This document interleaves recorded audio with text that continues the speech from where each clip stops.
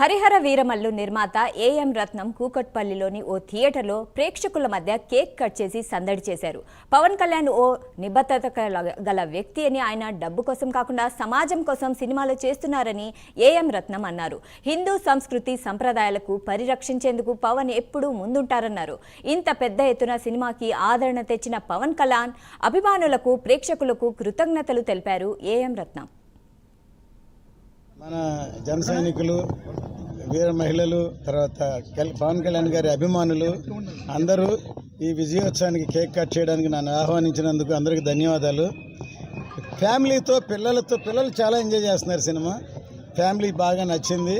So అందరూ చూసే cinema ఇది. ఫ్యూచర్ జనరేషన్ అందరూ తెలుసుకోవాలి మన చారిత్రక కథలన్నీ. అందుకని ఈ సినిమా తీసాం. ఇది ఫస్ట్ టైం ఇండియన్ సినిమాలోనే ఇలాంటి సినిమా ఇంతవరకు ఎవరు అటెంప్ట్ చేయలేదు.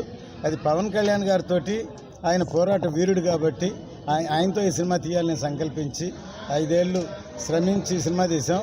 ఈ సినిమా ఇంకా పెద్ద హిట్ అవుతుందని అందరి ఆశీస్సులు ఈ సినిమాకి అందుతాయని నేను కోరుకుంటున్నాను. సినిమా చాలా బాగుంది.